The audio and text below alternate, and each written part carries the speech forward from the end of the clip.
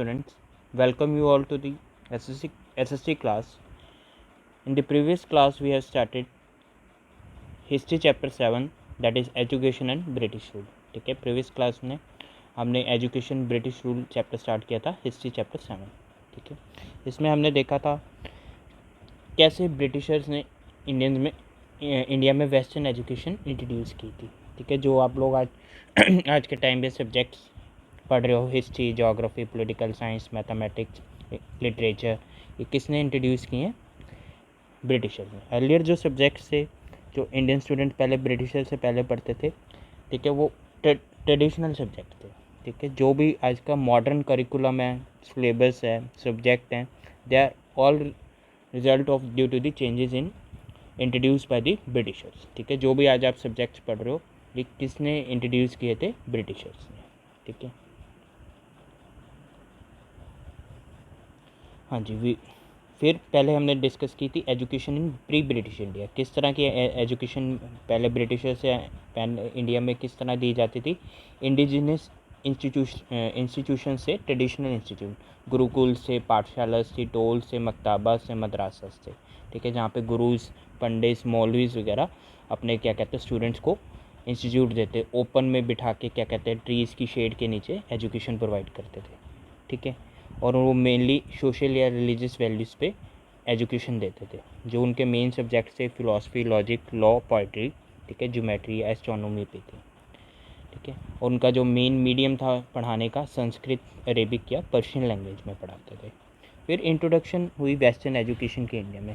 पहले Britishers India में traders बन के आए थे, उन्हें कोई मतलब नहीं था इंडिया पे कंट्रोल करना अपना. ठीक है, वो सिर्फ क्या कहते हैं ट्रेड करना चाहते थे, बिजनेस, और इसलिए उन्होंने इंडियन एजुकेशन में भी कोई इंटरफेरेंस नहीं दिखाई. फिर बाद में कुछ लर्नड ब्रिटिश मैन थे, William Jones, James Prinsep, Henry Thomas Colebrooke. उन्होंने इंडियन पास को स्टडी किया, ग्लोरियस पास को. फिर उन्होंने देखा भी इसमें हमने इंडियन टेक्स्ट थे जो संस्कृत लैंग्वेज में या पर्शियन लैंग्वेज में, उन्होंने उसे इंग्लिश में कन्वर्ट किया और उसे स्टडी किया. ठीक है, और जो भी उन्होंने फाइंड किया उन्होंने अपने फेलो जो क्या कहते हैं मेंबर्स हैं इंग्लिश मैन, उसमें उन्होंने डिस्ट्रीब्यूट किया भी ये हमने सर्च किया और देखो इंडियन पास्ट कितना ग्लोरियस है. ठीक है, कितना अच्छा बना हुआ है. ठीक है, धीरे धीरे फिर इंग्लिश जो ट्रेडिशनल मेथड था इंग्लिश, ठीक है, ट्रेडिशनल जो इंडियन मेथड से एजुकेशन के डेवलप होता चला गया. फिर उसके थोड़े टाइम बाद ब्रिटिश ने जैसे जैसे अपना एम्पायर बढ़ाते गए, ठीक है, रूल एस्टेब्लिश स्टार्ट कर दिया इंडिया में. उन्होंने देखा भी इंडिया में वेस्टर्न एजुकेशन लेके आ सकते हैं. ठीक है, जिसकी वजह से कुछ एजेंट्स बनेंगे जो एक्ट करेंगे इंटरमीडिएट्स. ठीक है, मतलब मिडल मैन बनेंगे इंडियंस और ब्रिटिश के बीच में. ठीक है, जो ब्रिटिशर्स की बातें इंडियंस तक लेके आएंगे और इंडियंस की बातें ब्रिटिशर्स तक. और इससे क्या हुआ, टू ग्रुप ऑफ पीपल बने, एक ओरिएंटलिस्ट बने थे और एक एंग्लिस्ट. ठीक है, ओरिएंटलिस्ट क्या था, जो पुराने सिस्टम में बिलीव करते थे, जो चाहते थे indigenous system of learning continue रहे. और इंग्लिश क्या था, जो वेस्टर्न एजुकेशन को इंट्रोड्यूस करना चाहते थे, साइंस, फिलॉसफी, ठीक है, लिटरेचर, और किस लैंग्वेज में? इंग्लिश लैंग्वेज में इन इंडिया. फिर उसके बाद एक बहुत पॉपुलर पॉलिटिशियन थे लॉर्ड मैकेले. ठीक है, ब्रिटिश पॉलिटिशियन.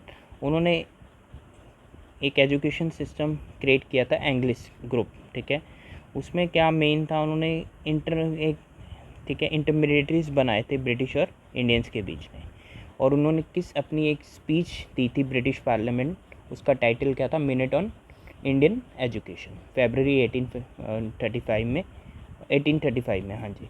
फिर उन्होंने इसके बाद उन्होंने बोला भी हम इंग्लिश एजुकेशन एक्ट पास कर रहे हैं. ठीक है, इसमें क्या होगा, जो भी आपकी क्या कहते हैं हायर एजुकेशन जो भी प्रमोट की जाएगी वो सिर्फ इंग्लिश लैंग्वेज में, उनके मेन मीडियम ऑफ इंस्ट्रक्शंस किस में होंगी? इंग्लिश लैंग्वेज में. ठीक है, उसके बाद कुछ जो सम लर्न क्या कहते हैं इंडियन मैन थे. ठीक है, जैसे कुछ उन्होंने भी जो इंडियन ट्रेडिशनल मेथड ड्रॉबैक्स देखे भी हमें इस सिस्टम को चेंज कर देना चाहिए. उनमें से कौन थे? राजा राम मोहन राय, ईश्वर चंद्र विद्यासागर, दयानंद सरस्वती. ठीक है, उन्होंने काफ़ी क्या कहते हैं जो ब्रिटिश की एजुकेशन में गुड थिंग्स थी उन्होंने अपनी सिस्टम में इंट्रोड्यूस की. ठीक ठीक है, traditional system of Indian traditional system of education, ठीक है। For example education of women was welcome, वो ठीक है, वो उस टाइम की मच नीड थी, इसलिए उन्होंने इंडियन सिस्टम में स्टार्ट कर दी थी, ठीक है। और उन्हें इनके एफर्ट्स में जो इंडियन मैन जो ये चाहते थे उनको ब्रिटिशर्स की हेल्प भी मिली, कुछ ब्रिटिशर एजुकेशनिस्ट से उन्होंने सपोर्ट की। कौन से थे वो? David Hare, John Drinkwater Bethune और एनी बेसंट, ठीक है। हाँ जी, फिर हमने पढ़ा था वुड डिस्पैच 1854, ठीक है। इंग्लिश एजुकेशन जब इंडिया में इंट्रोड्यूस हुई उसके बाद उसे और इम्पॉर्टेंट स्टेटस मिला था जब वुड ने अपना एक वुड डिस्पैच इंट्रोड्यूस हुआ था 1854। एक चार्ल्स वुड, ठीक है, ब्रिटिश के प्रेसिडेंट थे board of control of English east India company. उन्होंने लॉर्ड डलहौजी गवर्नर जनरल थे इंडिया में, उनको एक डिस्पैच एग्रीमेंट भेजा था जिसमें रिकमेंडेशंस लिखी हुई थी, ठीक है, कि किस तरह एजुकेशन सिस्टम अडॉप्ट की जाएगी from primary to university level. और उनकी मेन रिकमेंडेशंस क्या थी? वेस्टर्न एजुकेशन इंडिया में इंट्रोड्यूस की जाएगी, कॉलेजेस, ठीक है, जिसका स्कूल कॉलेजेस जिसका मेन मीडियम क्या होगा? इंग्लिश लैंग्वेज, ठीक है। और ग्रांट्स दी जाएंगी पब्लिक इंस्टीट्यूट, ठीक है, जो गवर्नमेंट से एफिलेटेड हैं, गवर्नमेंट के साथ लिंक है, उनको ग्रांट्स मिलेंगी मनी की फॉर्म में, ठीक है, फाइनेंशियल हेल्प प्रोवाइड देंगे। और 3 यूनिवर्सिटीज़ ओपन करने के लिए बोला था, कैलकाटा में, बॉम्बे में, मद्रास में। ये बड़े बड़े सिटीज़ हैं इंडिया के। किस तरह की यूनिवर्सिटी? जैसे लंदन में उनकी यूनिवर्सिटी चल रही हैं वैसी यूनिवर्सिटीज़ वो कैलकाटा, बॉम्बे और मद्रास में चलाएंगे। Training and recruitment of the teachers of the at the teachers training institute, ठीक है, ट्रेनिंग प्रोवाइड की जाएगी, ठीक है, सिखाया जाएगा, रिक्रूटमेंट अपॉइंटमेंट की जाएगी टीचर्स को, कहाँ पे? जहाँ पे टीचर्स के ट्रेनिंग इंस्टीट्यूट होंगे, जहाँ पे टीचर्स पढ़ाते हैं, ठीक है, ट्रेनिंग प्रोवाइड करते हैं, वहाँ पे उनकी अपॉइंटमेंट की जाएगी। और कुछ एस्टेब्लिशमेंट टेक्निकल इंस्टीट्यूशंस हम क्या कहते हैं एस्टेब्लिश करेंगे इंडिया जो वोकेशनल टीचिंग के अलावा जो अदर कोई मतलब लोगों ने कुछ सीखना है, कुछ नई चीज़ें सीखनी है, उनको उसमें भी वोकेशनल ट्रेनिंग प्रोवाइड की जाएगी। हाँ जी, उसके बाद setting of vernacular school eight knee primary level, local जो रीजनल लेवल के स्कूल्स हैं उसमें भी लोगों को क्या, ठीक है, जो जिस लैंग्वेज में वो ईजिली सीख सकते हैं प्राइमरी लेवल में, वो स्कूल भी इस्टेब्लिश करेंगे। और फिर एक उन्होंने डिपार्टमेंट सेटअप किया था पब्लिक इंस्ट्रक्शंस फॉर भी प्रोग्रेस देखने के लिए, कितनी एजुकेशन सिस्टम में क्या प्रोग्रेस हुई है ईच प्रोविंस में, कितनी एक स्टेट में, और एनुअली फिर वो रिपोर्ट देंगे गवर्नमेंट को भी क्या चेंजेस करने चाहिए और क्या उनकी प्रोग्रेस थी।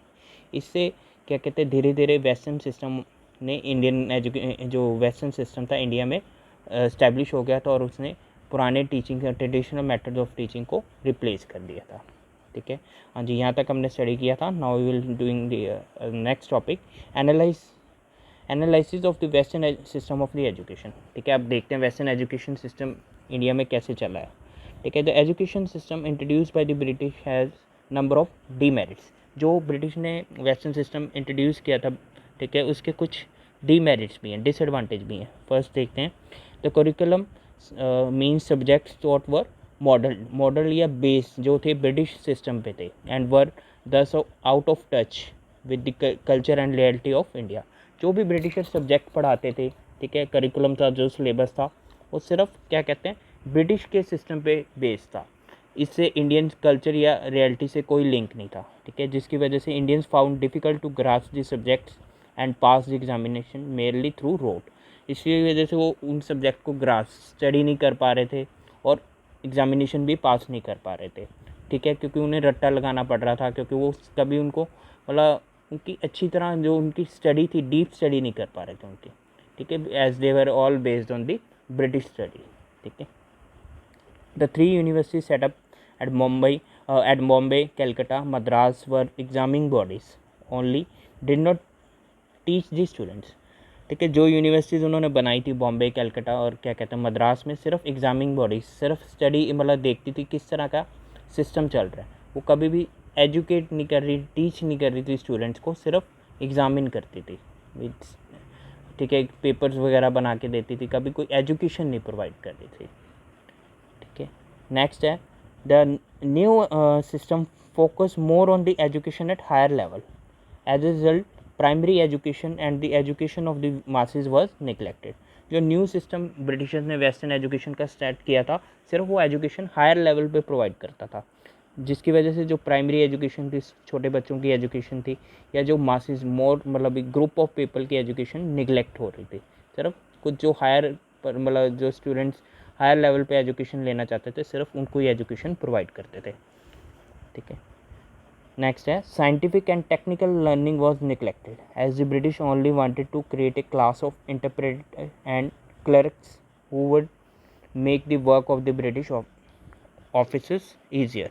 ठीक है, साइंटिफिक या टेक्निकल एजुकेशन लोगों को प्रोवाइड नहीं कर रहे थे ब्रिटिशर्स वेस्टर्न सिस्टम, क्योंकि वो ब्रिटिशर्स का मेन पर्पस क्या था, ऐसे इंटरप्रेटर या मिडल मैन बनाना, क्लर्क्स के क्या कहते हैं अपॉइंटमेंट करना, जो उनका काम इजी कर सके ब्रिटिश ऑफिसर। क्योंकि ब्रिटिशर्स को पहले इंडिया में ट्रेड करना डिफ़िकल्ट हो रहा था, क्योंकि उनकी सिर्फ उनकी लैंग्वेज इंडियंस अंडरस्टूड नहीं कर पा रहे थे, क्योंकि वो इंग्लिश में काम कर रहे थे जो इंडियंस अंडरस्टूड नहीं कर रहे। जब उन्होंने ऐसे कुछ पर्सनस की अपॉइंटमेंट की जो इंडियंस की लैंग्वेज, ठीक है, ब्रिटिशर्स को एक्सप्लेन कर सकते हैं और ब्रिटिशर्स की इंग्लिश तक, सिर्फ उनका मेन पर्पस वेस्टर्न सिस्टम जो एजुकेशन का लेके आना था, यही था। ठीक है, since the English was the main medium of the education at the university level, the masses were unable to access the higher education. ठीक है, जो हायर लेवल पे जो एजुकेशन मतलब मेन मीडियम जो भी एजुकेशन जो वेस्टर्न सिस्टम में पढ़ाई जाती थी यूनिवर्सिटी लेवल में, सिर्फ इंग्लिश में पढ़ाई जाती थी। जो लार्ज ग्रुप ऑफ पीपल उसे असेस नहीं कर पा रहे थे, क्योंकि वो इंग्लिश को समझ नहीं पा रहे थे, क्योंकि हमारे जो कंट्री में इंडिया में सिर्फ लोकल रीजनल लैंग्वेज में हिंदी, ठीक है, अपनी अपनी स्टेट्स की लैंग्वेज से, जैसे बंगाली, मराठी, पंजाबी, सिर्फ वो स्टेट, इसलिए वो इंग्लिश मतलब लैंग्वेज को ईजिली अंडरस्टूड नहीं कर पा रहे थे, जिसकी वजह से उन्हें हायर एजुकेशन लेने में डिफ़िकल्टी फेस हो रही थी। No efforts were made to translate western literature into the vernacular language, मतलब कोई एफर्ट्स नहीं किए जाते थे वे इस इंग्लिश लैंग्वेज को ट्रांसलेट करके वर्नैकुलर लैंग्वेज में एक्सप्लेन किया जाए, सिंपल लोकल लैंग्वेज में। ठीक है, जिसकी वजह से ज़्यादातर जो ग्रुप था दे वर अनएबल टू मतलब अडॉप्ट नहीं कर पा रहे थे हायर एजुकेशन। ठीक है, हाँ जी। Despite its demerits however the western system of the education was largely secular, लेकिन नो डाउट ये इसके काफ़ी डिसएडवांटेज है, लेकिन फिर भी ये सेकुलर थी, ये किसी भी कोई रिलीजन पे बेस्ड नहीं थी, रिलीजन फ्री एजुकेशन थी।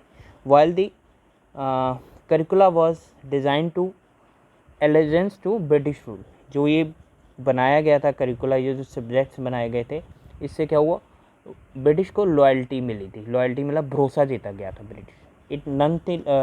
It nonetheless introduced the Indians to the Western concept of liberty, equality, justice, democracy and nationalism।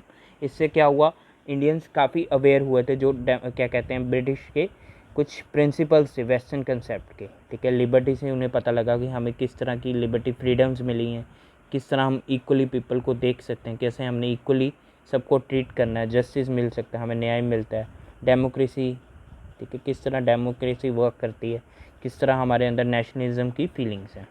ठीक है, ये चीज़ें उन्होंने स्टडी की थी वेस्टर्न कंसेप्ट से। दस in the long run instilled strong nationalism, मतलब फीलिंग थी उनके अंदर, स्ट्रॉन्ग नेशनलिज्म की सेंटिमेंट्स डेवलप हुए थे वेस्टर्न एजुकेटेड इंडियंस। ठीक है, वेस्टर्न एजुकेशन के बाद ही लोगों के अंदर अपनी कंट्री के लिए नेशनलिस्ट फीलिंग्स डेवलप हुई थी। ठीक है, more over it started the practice of the imparting education to girls, उसके बाद उन्होंने वेस्टर्न एजुकेशन सिस्टम ने गर्ल्स को भी एजुकेशन प्रोवाइड करनी स्टार्ट कर दी थी। ठीक है, उनके लिए school and colleges reserved only for girls began to come up in different parts of the country, जो सिर्फ कुछ स्कूल्स एंड कॉलेजेस स्टार्ट किए गए थे जो सिर्फ गर्ल्स को एजुकेशन प्रोवाइड करते हैं। ठीक है, different parts of the country. और इसके बारे में हम नेक्स्ट चैप्टर में पढ़ेंगे, वीमेन एंड रिफॉर्म्स, जो आपका इसी टर्म में चैप्टर है।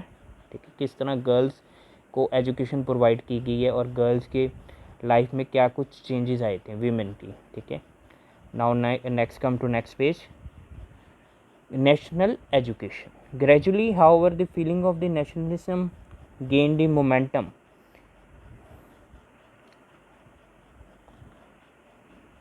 in many Indians as many Indians started to feel need to devise a system of the education that would be national in scope।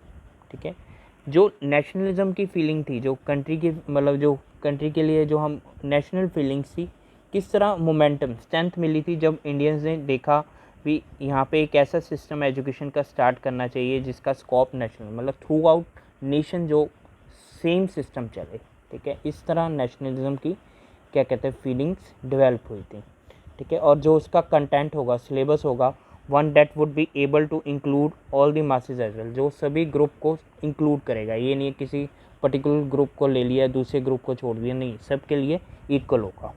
This give rise to the national education movement, ठीक है। इसने national education movement start की थी India में। Under its influence several education institute were founded such as Dayanand Anglo Vedic DAV schools and colleges found under the RS March, ठीक है। इसकी वजह से इसके बाद क्या हुआ, काफ़ी इंस्टीट्यूशंस की इंडिया में फाउंड हुए थे, ठीक है, जिसमें से एक पॉपुलर कौन सा था, Dayanand Anglo Vedic. DAV schools colleges different parts country में, कई मतलब I think more than hundreds of the DAV schools colleges हैं, ठीक है, डिफरेंट पार्ट्स इंडिया में, ठीक है। और फिर 1906 में कुछ इंडियन लीडर्स थे, शीश चंद्र मुखर्जी, अरबिंदो घोष, ठीक है, Rabindranath Tagore establish national council of education. उन्होंने एस्टैब्लिश की थी 1906 में एक organisation, national council of education, जिसका प्राइमरी एम क्या था, was to impart literary, scientific and technical education, ठीक है। लिटरेरी मतलब लोगों को लिटरेसी से, ठीक है, लिटरेचर के बारे में साइंटिफिक टेक्निकल एजुकेशन प्रोवाइड करना, exclusively under the Indian control, ठीक है, इंडियंस के कंट्रोल में ये एजुकेशन डेवलप करना। Under its supervision several schools and colleges were establish in different parts of the Bengal. ये मेनली कहाँ स्टार्ट की गई थी, बंगाल में। और इसके बाद क्या हुआ, काफ़ी स्कूल कॉलेजेस एस्टैब्लिश किए गए थे डिफरेंट पार्ट्स के। बंगाल में सबसे पहले ये, ठीक है, national council of education main क्या कहते हैं ये काउंसिल स्टार्ट किया था। हाँ जी, आज यहीं तक करते हैं। Next topic we will do in the next class. If you have any doubt you can ask. Thanks and have a nice day.